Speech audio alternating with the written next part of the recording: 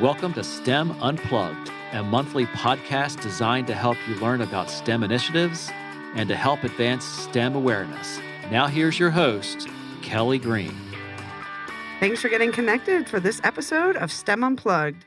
I am your host, Kelly Green, the Chief Operating Officer of SciTech Institute, a collaborative, nonprofit organization making STEM connections in Arizona and beyond. My team member, Claire Conway, is also on with us tonight to discuss exploring nature in Arizona. And my goodness, we just returned from the International STEM Learning Ecosystems convening in Bay City, Michigan, where the team was working to build the Arizona STEM ecosystem right here, one hub at a time. We had so much fun. Claire, we'll probably have a chance to talk about that with our guest tonight. We're excited to have both Jacob and Justin on to share about the Green Drone Arizona Collaborative project that I've been collaborating with them for the last couple of years, but really to talk a little bit more about what's happening with their Ecoculture team. We're really excited to get to learn more from both of them tonight. Justin and Jacob are both program managers and natural resource specialists with the Ecoculture team at NAU. And Justin has a focus in GIS, or Geographic Information Systems, and Jacob has a focus on UAS, or Unmanned Aircraft Systems. Welcome, both of you. Thank you so much for joining us on STEM Unplugged. Yeah, thank you guys for having us. So, of course, we want you to tell a little bit about yourself and, I've been working with you for a while. Claire has, had a few emails back and forth, but what can you share with our listeners about the Green Drone Arizona project and even the Ecoculture team? What's happening on your end of the world? We got a lot going on.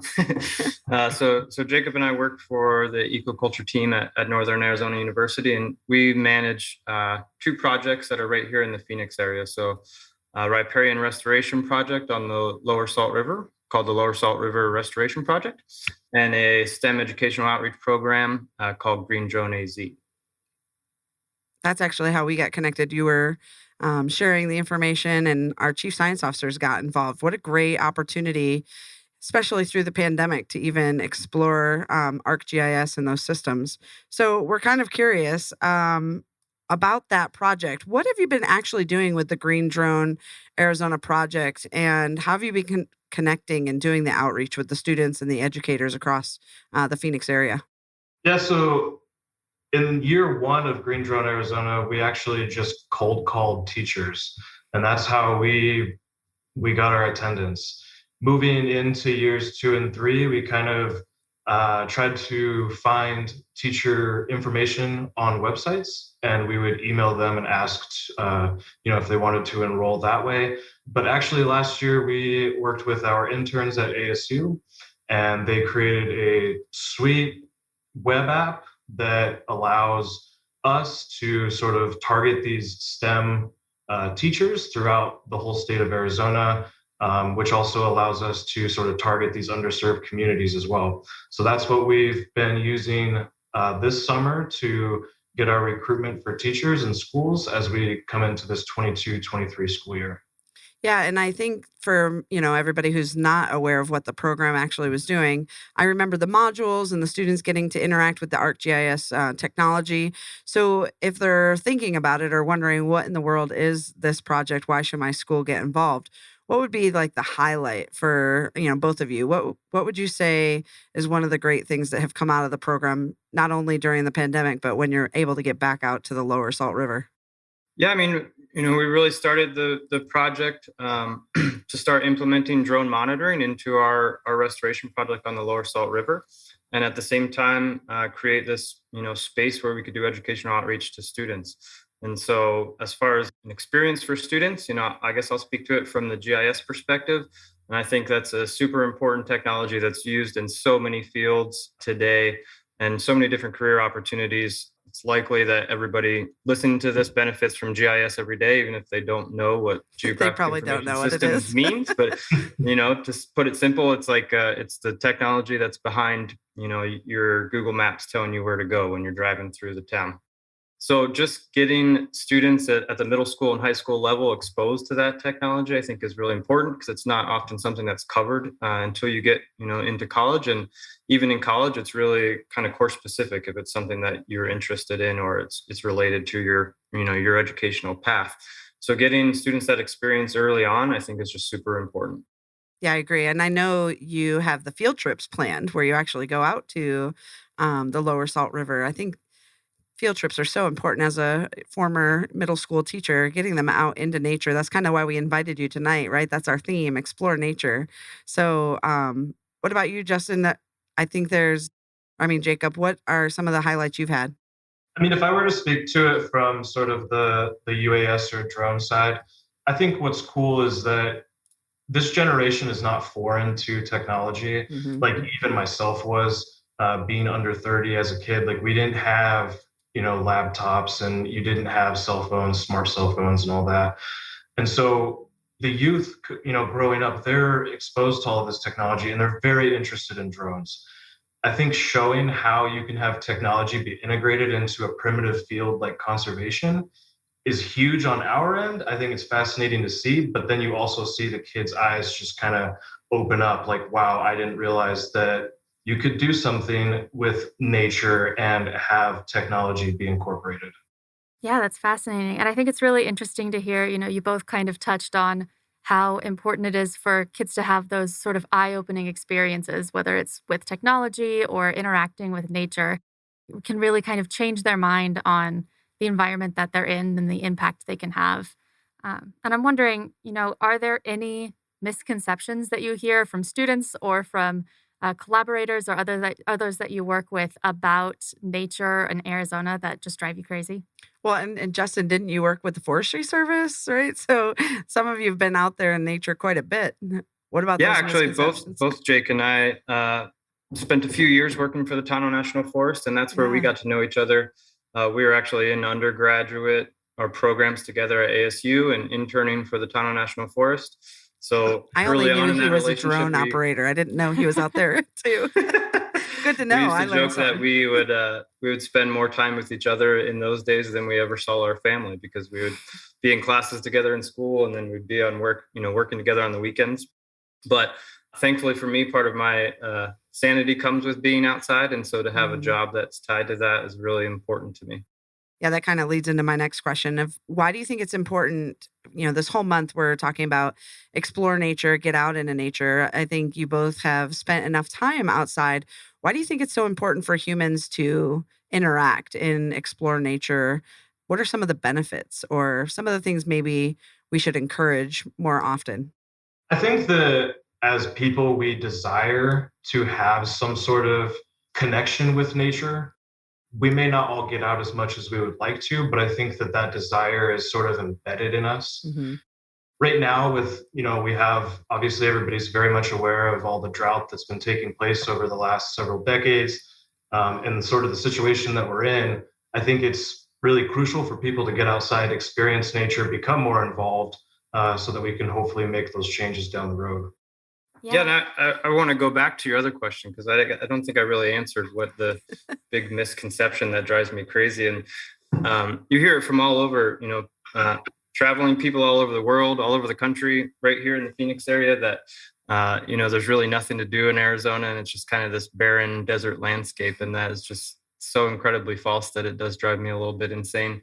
Sometimes you got to travel a little bit to get to these places, but it's an incredibly diverse state. You can be in anything from sand dunes to alpine forests, within a couple of hours. And even when we're talking about nature, I always like to tell people because it's something you might not know, but like Arizona has the greatest bird diversity of any non-coastal state in the country. So Mm. there's a lot of incredible biodiversity and opportunities out there to experience nature. Yeah, that's a good point. I think if people take the chance to, go all the way down to like Sierra Vista, I know there's a beautiful riparian area down there. We used to run while we were at Fort Huachuca. And just the incredible diversity in that little section. And then going all the way up to up past Flagstaff or out near Pine Top Lakeside. It's just so incredibly beautiful if people get out and drive a little bit outside of the city limits. Make sure you have a Absolutely. full tank of gas, though. Yeah. I mean, even where our project site is, on the Lower Salt River, that's just outside of Mesa. So, Right. 20, 30 minutes from Phoenix, downtown Phoenix. And again, like we hear from adults every day or every week, people that don't even know that there's a river that runs right through our state, let alone the river that's responsible for kind of the settling of humans, in the Phoenix metropolitan area. But just outside of Mesa, there's this place that's so drastically different from the surrounding kind of desert uplands where you have these giant, cottonwood and willow trees. And it's just beautiful to kind of stand under. I'm definitely one of those people that needs that outdoor experience to kind of recharge. And so that's a really special place for me, not only because it's the closest thing I can get to, but it's just so drastically different from everything we see kind of in this big giant metropolitan sprawl of the Phoenix area, or even just kind of surrounding, low elevation deserts. I would say if I were to jump on that as well, growing up here in Arizona, you don't really see fall colors if you're within the city. Now, if you go, like Justin said, just 20, 30 minutes outside of the Phoenix metro area along the Lower Salt, in wintertime, you do see fall colors. You get to see some orange, you get to see yellow. So it exists, it's out there. It's just not inside of this concrete sort of box that we put ourselves in. We love being here in Arizona, but definitely get out there. I'm from about 70 miles south of Buffalo, so I know all about those fall colors. But we also had snow, so I love it here in Arizona without the snow. I grew up in Arizona. I absolutely love it here. But it took me a very long time to realize that we really did have fall colors and just kind of recognize how lucky we are to have so many different ecosystems within the state and so many, just with a short drive, you can get to some really different environments and get to see a lot of, different types of plants and animals. And it's really cool to explore those different settings. Yeah, absolutely. So I'm wondering how, we've talked about all of the really beautiful ecosystems in Arizona. How does your work help to benefit natural ecosystems in our state? So I guess to take it a little step back to talk about our project. In 2017, there was a wildfire that took place on the Lower Salt River. It's called the Cactus Fire. And it wasn't a huge fire, compared to a lot of what we see these days, but it did take place in this riparian area, which is a term used to kind of describe the interface between a water body and land, right? So close to that river, like we said, you see that drastically different vegetation community compared to what we see in the desert uplands.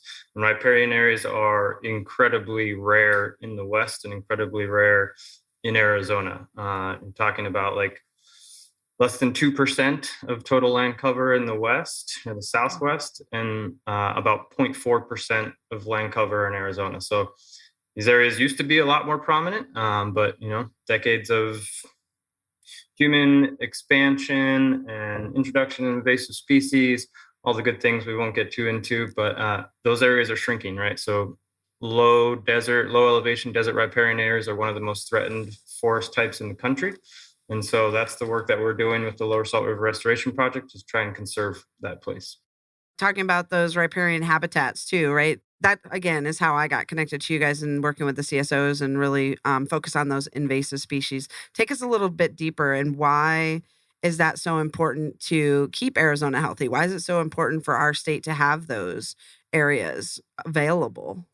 I think they're incredibly important, not only for wildlife and kind of conserving natural ecosystems, but for us as people, right? We talked about that need and that kind of desire to get outside, and certainly for us in the Phoenix metro, at least on the East Valley, that spot on the Lower Salt River is the closest thing you can get to. And it's also sort of, if you look at it in the opposite way, coming from 3 million acres of the Tonto National Forest, it's the very last stop before you hit that metropolitan area. So, riparian areas are incredibly important for wildlife as travel corridors, nesting sites, critical habitat. And so they really need those spaces. And especially as those continue to shrink, it's important to conserve what we have left. Are there any species that you would want to mention that are very, like those travel corridors that here in Arizona, it's an important, pathway for them? one thing that we always like to talk to with people when we're out there on the Lower Salt River is just what kind of wildlife is there, and we like to ask people what they think. And you get your general kind of, oh, maybe it's a javelina or something, and we're like, oh, what about lions? Because there's plenty of lions there. What about bighorn sheep and deer, otters and beavers, which is something that usually kind of blows the mind of people here in the Phoenix area. But that area, also the Salt River and Verde River combined to make Salt and Verde important bird area. And so that area is the densest bald eagle nesting site in the state. Oh, so wow. Everything, and I don't want to leave out any of the little small critters because our friends at Scottsdale Community College will get mad at me. But, you're talking everything down to tiny ants to lions, so everything needs that place out there. That's pretty incredible. One of our CSOs made, what are they called? The animal enrichment objects for Cruz, the mountain lion, at the Sonoran Desert Museum. And she was doing animal enrichment projects. So I think it is really important that they know about the different types of species that, do live here in Arizona or have that as a pathway. So we really want to talk a little bit about awareness of STEM and what does this role of understanding what it is, how does that play into actually helping others conserve our natural places here in Arizona? Because, students are talking about STEM more often. Teachers are a little bit more aware. Even our families, as we continue to grow here at SciTech Institute, are talking a little bit more about science, technology, engineering, and math. Your projects are integrating those so that students can use their technology to help benefit through conservation efforts. But what do you think what are your thoughts about the role that it could play in the next 10, 15 years for the state of Arizona and conserving those natural places that we have here? I'll just come out and say that in the next 10 years, the youth right now are going to be the ones that we're looking to for answers. Right. So they're going to be the ones that are using the science, technology, engineering, and mathematics to try to help solve whatever problems we're faced with. And unfortunately, there are going to be a lot of environmental problems, and we're always going to be facing this, sort of drought challenge with climate change and all of those factors put together. But yeah, I mean, you got to teach them now because sooner or later, we're all going to start looking towards them for answers. Yeah, we totally agree over here. I can't believe thinking about in 10 years. If you think about a 12-year-old, a sixth grader in my previous sixth grade math class, they'll be in their 20s, either graduating from college or well on to their way to a career. I think it's important to identify, what role they can play and how important their voices are. So just this past week, Claire and I had the opportunity, Daryl was with us as well. We went to the STEM Ecosystems convening in Bay City, Michigan, and we took 27 students and alumni with us. And just the powerful visual of having the students at the table and then actually being heard and discussing with adults that are making these STEM decisions, at a, not only at a statewide level, but we had like DoD STEM there. It was really neat to see the respect from the adults as the students spoke and shared their opinions. So, obviously here at SciTech, we focus on getting the youth involved, like I said, not just at the table, but in the discussions. And we really think it's important that maybe we could organize them in these conservation efforts. So what other types of programs or activities do you think we could encourage the youth to start maybe at their schools or in their communities? Do you have suggestions for conservation projects that they could get involved with? Yeah, I mean, there's so many great, one of our goals with Green Drone AZ was to kind of build this community, right? And this network of students and professionals and educators and everyone down the line that are interested in this kind of avenue or this intersection of technology and the natural world. And I think that was so exciting for us to get involved because I didn't start college until way later in life. And I think if I would have been exposed to some of these opportunities earlier on, who knows, maybe I would have taken a different path. Yeah. Ultimately, I'm here now, and that's fine. And now I forgot your question because I started rambling. Conservation opportunities, things that students could organize or get involved with. Yeah. So, okay, there we go. Everything from giant scale to local scale, right? So figure out a problem in your community. And that might be like a lack of trees that aren't providing any shade in your neighborhood, or it might be a problem that you can solve on the campus of your school. We do work a lot with Scottsdale Community College, and I know they're working on a pollinator pathway project for Maricopa County. And so even as little as like planting good pollinator plants in your yard, again, it can be small scale to giant scale, and everywhere in between is what we really need to keep working on, right? Yeah, I agree. I think we do want to know, you put it in your form. What's your favorite thing about the Lower Salt River? Is there something specific that is your favorite? Man, for me, I grew up on that river. I was there all the time. I fish there, I hunt there, hike, kayak, all of the things. It's the closest thing. It's 15 minutes from my house. As far as saying what is my favorite thing about the Salt River, I think it's just the diversity of activities that you can do. There's not just one type of recreation that you can go down and do. I mean, like I said, you can do all of those things. You can go birding. There's just so much to do, and it's so close to town that it just makes it so much more convenient and near and dear to me. That's awesome. I know it's pretty majestic too. A lot of photos of the day have the horses and, just people enjoying that. While you're so close, it feels like you're out with nothing. You're so far removed when you're out on the river. Anything about for you, Justin? Anything specific? Yeah, I mean, I think, my favorite experience out there is any morning that you're out there, between 5:30 a.m. and 8 a.m. and that morning light's kind of coming over the mountain and just lighting up all the trees and the birds are singing. Those are my favorite moments. But for me, it's just my place to go to and get outside, that closest place that I can get to. So that means even if I spend every day of the week working out there, sometimes on the weekends, I'm still taking my little girl out there to show her what fall is, or going hiking or going birding, just going out to take pictures. One concept that always kind of blows my mind that I like to think of on the Salt River. So we also do work on the upper Salt River, which is the free flowing portion before you kind of hit that reservoir or series of reservoirs. And just to be, spend a couple days rafting down that river, and you're kind of watching that water flow by every morning or every minute that you're on the river. And you're like, man, this is the water that provides our way of life in the Phoenix area, right? Without it, we would never be there, and we wouldn't be able to get by today. So to think about that water kind of flowing through the canyons way up there, 100 miles away from Phoenix, and that's that same water, that we're turning on the tap or water in our agricultural fields, providing us power, all those things. It's just trickling right through the canyons way up there.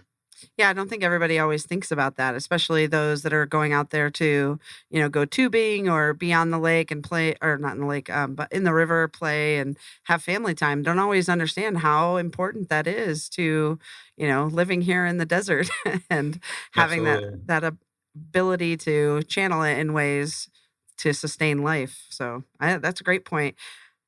I'm curious too if either of you take out like novice groups. I know it's a dangerous time out there right now in the heat, but are you guys like tour guys? Do you organize trips? I mean, Claire and I will go At this kayaking. point, I think Let's we go. could put unofficial tour guide on our business card at this point. I think we should I mean, like organize a SciTech outing. We can go out to the river. Yeah, we invite everybody. We've hosted everyone from CEOs of giant corporations to students and everybody in between. We've done that. There's a typical kind of mile-long walk that we take people through that is within the phase one of our project. So areas that we started working in 2018, and it's just really cool. You get to see kind of the aftermath of that fire that took place. We can discuss, the topics. Speaking on what kind of invasive species we treat, you can show the comparison of areas where we have been working for a few years, and you have this kind of diverse mix of native trees compared to those areas that we haven't treated yet, where it's just this big giant monoculture or stand of one type of tree. And talking about that, we're talking about salt cedar or tamarisk specifically. But you guys have our email, so whenever you want to come out, let's just wait. Daryl, are you going to go with us? He's in studio with us. He's nodding. He's down. Let's wait till maybe after September. Yeah, no, I agree. Yeah. Definitely. So I'm curious, you can really hear the passion when you're talking about this project.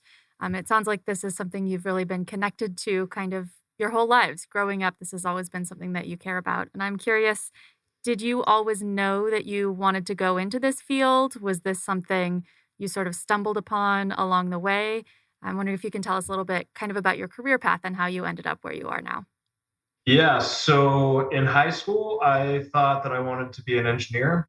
During my last, I guess it would have been my senior year, we had to solve a problem. I started getting into looking through all of the patents and trying to get all the documentation together.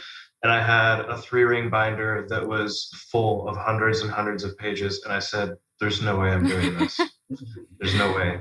And I also think it was just for me, I didn't want to be stuck working on the same thing for potentially a decade.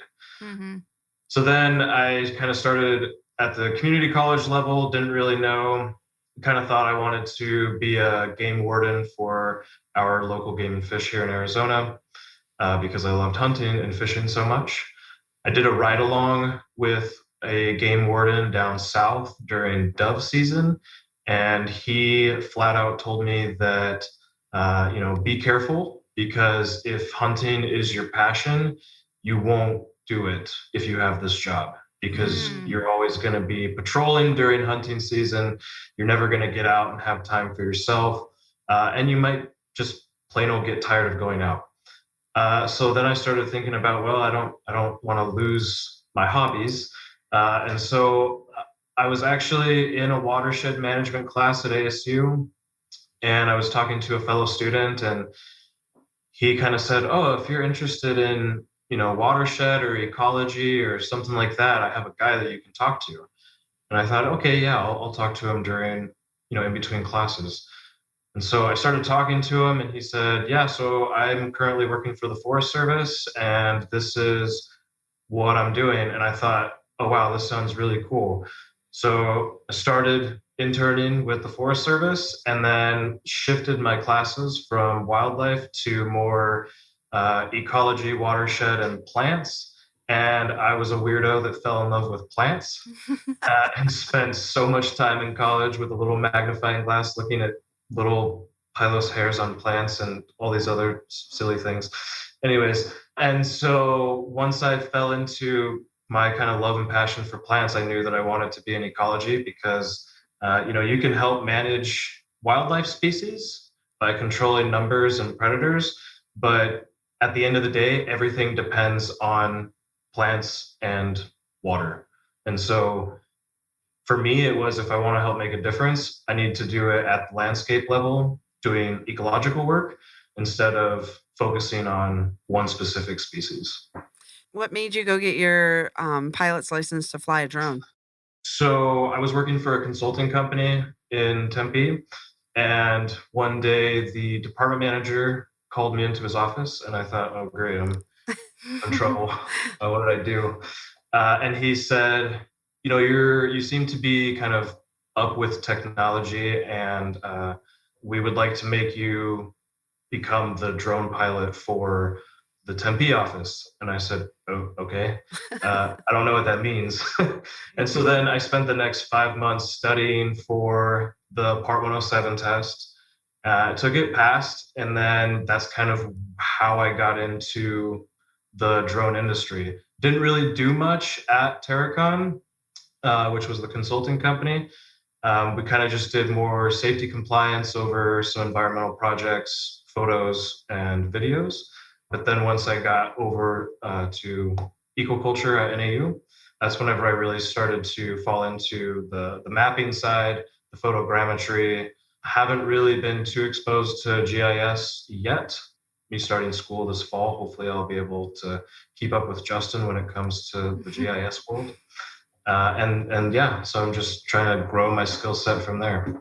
That's really cool. What a great story. And, thank you for sharing. So I think the biggest point of that question for us is letting people know you don't have to know right now, and you can change. You can be X years old and try something new. And I think that's really neat that you're, not only your friend at school introduced you to somebody who thought you might be something you'd find interesting, but also to Terracon saying, hey, you want to be our drone guy? That's pretty cool. Yeah, I never would have thought about doing it. The drone world's very expensive. Yeah. I've I don't think I've ever really been very tech savvy. I know Justin always uses a phrase about when he was going to get ready for graduate school and he told the the person he didn't know how to unzip a file, and that was me as well. So that's just that was me. But I like Justin's experience as well because he didn't start in college right after high school like I did. So seeing the way that he kind of transformed with his career growth over the years is very interesting to me. Yeah, let's hear it, Justin. Break it Good down. plug. Thanks, buddy. So, geez, coming out of high school, very, very long time ago. Just a few years. What are you talking about? I graduated in 20 years ago, 2002. We can hear you. But coming out of high school, man, I was just like scared by the idea of going to college because I didn't really know what I wanted to do when I grew up, and I didn't want to go into debt without having a plan. At least, I actually went to school for massage therapy right out of high school, and I did that as a career for about 14 years. Wow. And in 2010, I moved to Philadelphia just to kind of be closer to some family in Pennsylvania. And at the time, I started dating my current wife. And I just kind of, I always loved massage therapy, but being into it that long, I was ready for something new. And I knew I wanted to kind of, choose a different career that would be a little more sustainable before I settled down and had a family. And I was really always interested in everything to do with natural sciences, and always an avid hiker and just being outdoors, doing all my hobbies outdoors, like, oh, what's up with this plant, what's this bark, blah blah blah. I always wanted to learn about that stuff. And so when I decided to start school in Philadelphia, I started at Community College of Philadelphia, and just was in an environmental science degree. So I was like, all right, well, if I'm going to do this and choose a new path, then I'm just going to do it in something that I'm super interested in, so I can wake up every day and have this job, right? And then my wife and I moved back to Arizona in 2015, I think. Yeah, that sounds right.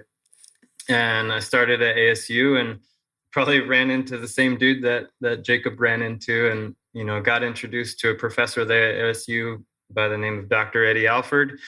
And he was like, well, hey, I could get you in this internship with the Forest Service. And I was like, what? That's a job? Right. And so cool, sign me up. Right. Started the same program, that Jake was in, and got super into plants and got super into identifying weird grasses and always talking about plants. And I finished my undergrad, and I was still interning with the Forest Service, and just kind of, on one hand, really scared to like get out into the workforce. If I could, I would stay in school forever because I really like learning stuff, but probably run out of money pretty fast. And so, but on the other hand, I saw a lot in the Forest Service, and Jake and I spent years collecting data out in the field. And then we just kind of take it to somebody in the office. You'd take it to the GIS team normally, right? And then those magicians would do something with all of the data and put it into something that meant something, right? So that the Forest Service could use that for analysis. And so I wanted to kind of complete that circle. And so I did my master's in GIS to kind of complete that circle, right? And be the person that could go out and collect the data and then actually be able to do something with it.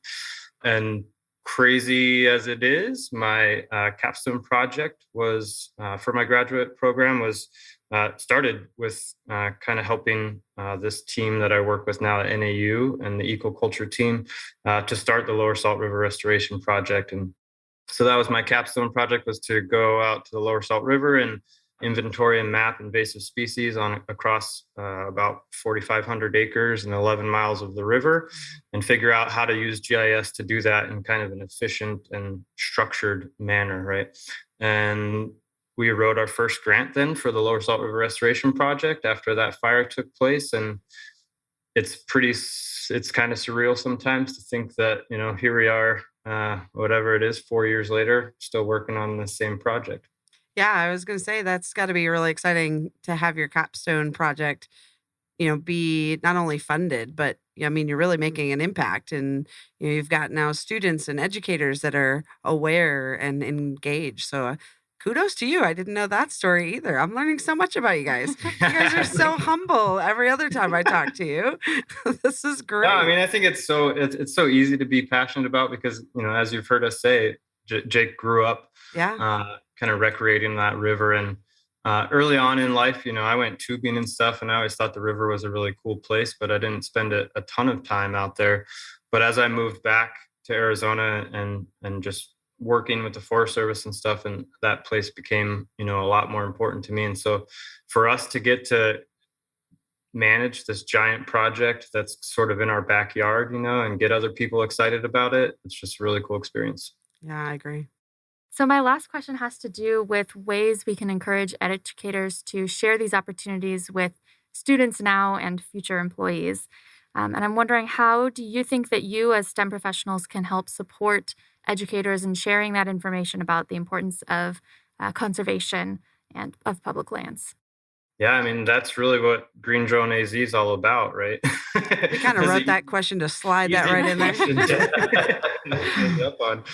But no, I mean, that was the whole point is, again, we wanted to take this opportunity to use technology and this thing that wasn't foreign to youth and that they were so accustomed to, and expose them to public lands and to the outdoors through the lens of that technology, right? So if you're someone that's really interested in the natural sciences and the outdoors, then there is a place for you if you also are kind of interested in technology.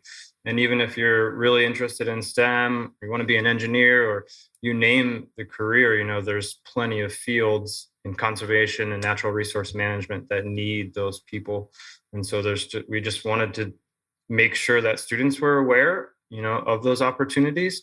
And Green Drone AZ is a full program that lets teachers and students engage in the work that we're doing in the real world and teaches them about these technologies, not only how we use them, but how they're used in other fields, and even how teachers can use things like GIS to teach, their curriculum, even if they're not in natural sciences or they're not in, any given field. Again, GIS can really be used to benefit any kind of work. So that is really what the program is all about. That's awesome. Any thoughts, Jacob? He pretty much said everything that I would have said. So Well, cool. I'm going to go to you for my final question. So you have this chance to chat with 8th graders. What would you say to them about encouraging new opportunities, new pathways, exploring something that you wouldn't necessarily have first identified with, but getting maybe a little bit out of their comfort zone and exploring? Maybe it's nature. Maybe they never leave, the indoors. But what would you say to those 8th graders to get them outside, engaging with those cool hairy plants you were talking about, but really to get outside, explore nature, or maybe explore a new opportunity or pathway that might be different than from what their friends are doing, or not necessarily the same as everybody else, right? To encourage them to seek outside their comfort zone. What would you say? I have a lot to say. So I'm going to try to make sure that I keep everything in my head. I want to use an example. So when we had a field trip with, they might have been 9th or 10th graders at the project site. Mm-hmm. In the beginning, students are typically kind of timid, shy. They don't want to speak up. A lot of women are typically, oh, I don't want to get dirty, or, oh, that's a bug. Oddly enough, by the time you get to the point where we're actually looking at bugs in a tray and touching them, the women were so interested, and everybody was so just gathered around and trying to figure out what does this bug do and what niche does it fill. I don't know if you necessarily have to try to find a way for youth to get out and find an interest. I think it's there. It's there. You just have to provide that opportunity. All you got to do is be curious about it. You just got to be curious.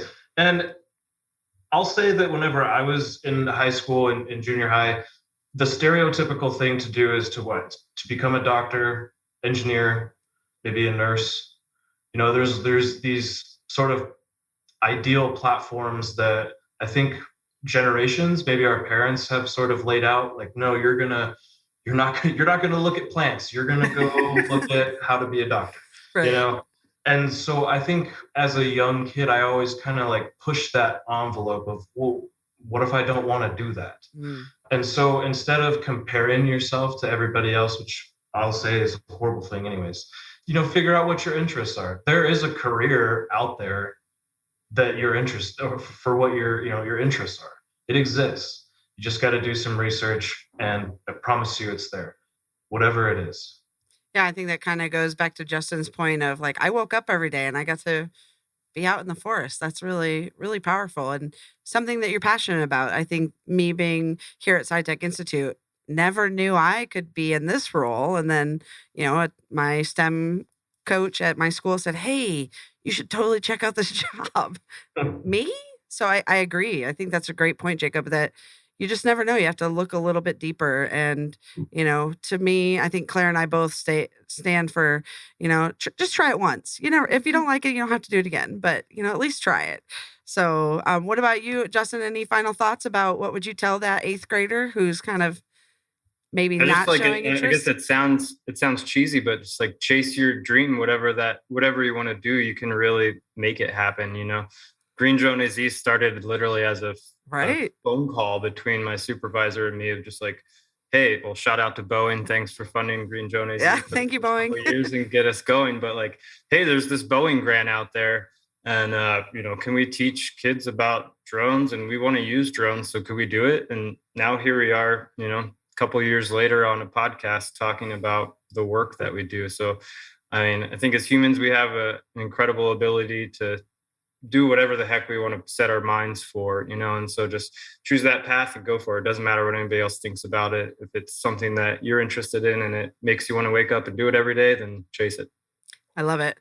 Well, to our listeners, we encourage you to get involved in the STEM community. Maybe you're an industry professional seeking ways to make an impact on the lives of others, but you need an opportunity like Green Drone AZ to share your experiences, knowledge, or even an event. Maybe you're a student searching for a mentor like Jacob or Justin, and you want to learn how to fly that drone or get out in the woods. Maybe you're a community collaborator hoping to meet the right people to help make a really exciting SciTech Festival event happen in the future. Claire and I want to help you get connected. Let's definitely share one final thought and the way for listeners to get in contact with you. So do you have a website you want to share or emails? Let's start with Justin. Yeah, so you can find us. Maybe the easiest way would be to check out either greendroneaz.com or lsrrp.com, Lower Salt River Restoration Project, or you can check out our Ecoculture website. That's ecoculture.us. And there you can learn about the projects that Jacob and I manage, but also all the great projects that our team manages, across the West and all the way even over to Puerto Rico and in the tropics. Our emails are readily available on all of those websites. So we want to go to Puerto Rico. We just said we want to go. We're trying to get there too. All right, let's all go together. I got to do all the GIS work for Puerto Rico. So I'm just sitting here sometimes in Chandler, looking at these sites that are on the beach, and I'm sending data to my boss like, oh, that sounds like that looks like a cool place to go work. What about Costa Rica? Have you been there? No, I haven't. I've been to a lot of places in Central America, but never Costa Rica. I think we're going to Costa Rica too. CSO Valentina, I think you might have chatted with an incredible woman from Costa Rica while we were at this ecosystem convening, and they said, come over. Nice. Very cool. Well, we definitely want to thank you both for joining us for this episode of STEM Unplugged. Yeah, you want him to say something? Oh, okay. Yeah, final thoughts. Sorry, Jacob. We've got Daryl in the studio like, wait a minute, we want to hear his final thoughts.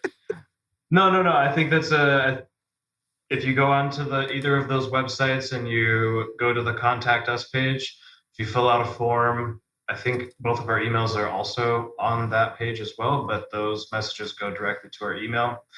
We have a Facebook page, which is Ecoculture.